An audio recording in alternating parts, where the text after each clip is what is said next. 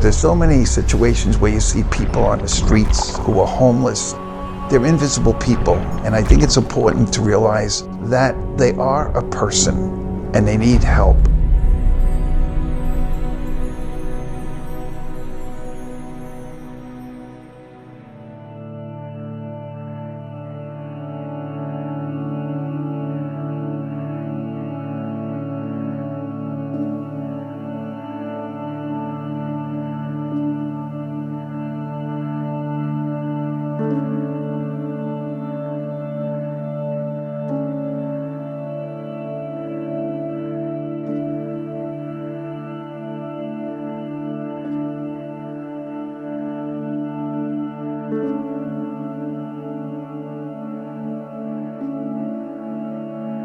St. Vincent carried in his heart, in a very special way, the love of the poor.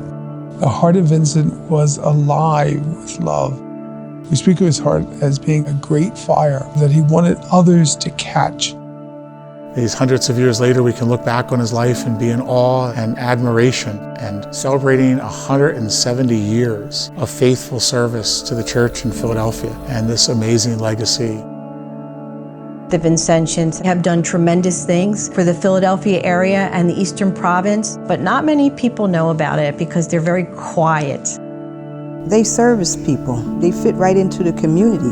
The Vincentians have come to serve. These guys don't just talk about it, they're living it. They don't live like kings and pretend to serve the poor. The Vincentians were founded by St. Vincent de Paul.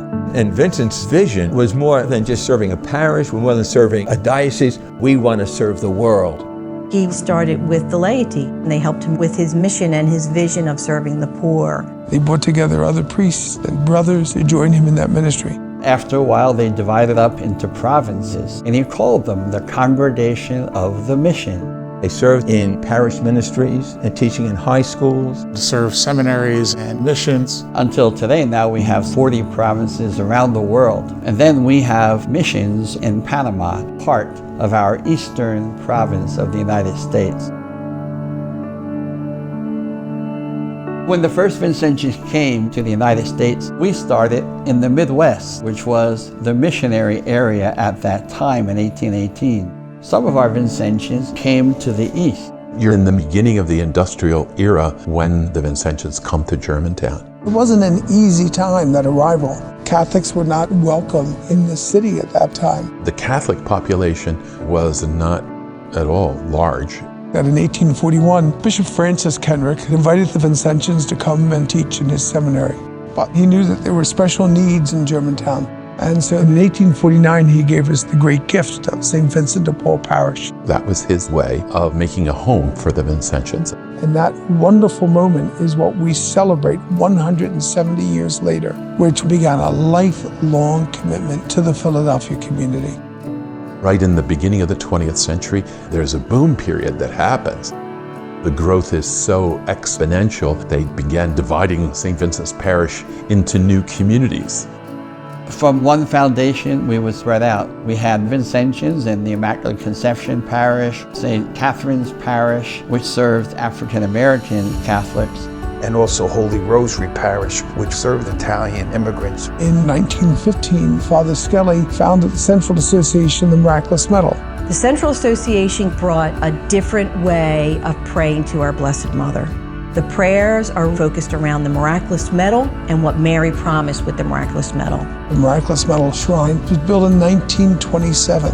And in 1930, we had our first novena. And from that time forward, we have had an unbroken chain of novenas every Monday.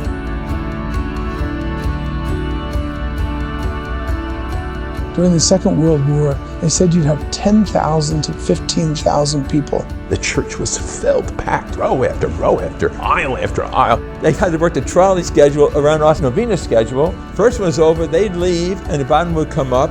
It became a central place for devotion to our Blessed Mother. The Miraculous Medal brings hope, brings promise, and so the people heard that. From this one foundation here in Philadelphia, we spread out to other areas throughout the East. The Vincentians staff seminaries all over the entire country. we built St. Vincent's Seminary, and as part of that building, we built the seminary chapel. It's called the Chapel of the Immaculate Conception. The two biggest are two universities, Niagara University and St. John's University. The Vincentians also worked in secondary education. There was the very famous St. John's Prep in Brooklyn, New York. Archbishop Wood High School had in Warminster. And here in Philadelphia, we had St. Thomas More High School. And it was a great spirit of Tommy Moore. It was a family. I wish I could tell you what the magic formula was because I'd bottle it, but I think it had to do with, one, they cared. They were tough on the outside, but inside they were marshmallows. It's through the Vincentian family and through other organizations that work together to build up the kingdom of God. And I think the key is, how do we build for the future?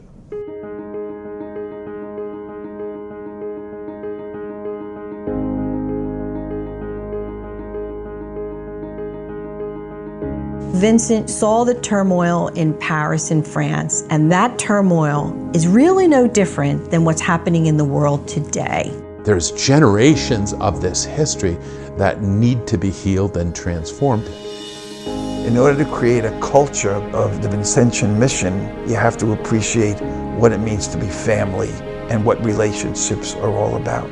Coming to deep and truthful relationships with one another. To really try and understand and to see the real person. To care for people one-on-one as friends, as neighbors.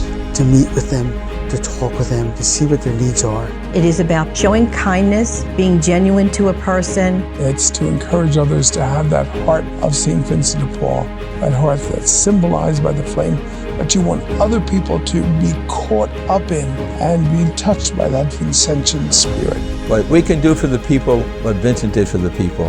Whether it's the willingness to be generous in our families and neighborhoods, the need for new ministries within parishes. There are so many people in need. We cannot do it alone. We have to do it as a community that really believes that every human being has a right and needs to be respected. We always need support, and the laity, those leaders, are support that we need. Which is such an essential part of the gospel coming alive in lives of people. That we might give ourselves with the same generosity, simplicity, zeal for souls, and humility in service to others. At the core of every Vincentian is the desire to serve Christ in the poor, to see that when we serve the poor, we are actually serving and loving Jesus Christ himself. I invite each and every one of you to allow your hearts to be set on fire, so that like Vincent de Paul, we might make a difference in the lives of the poor.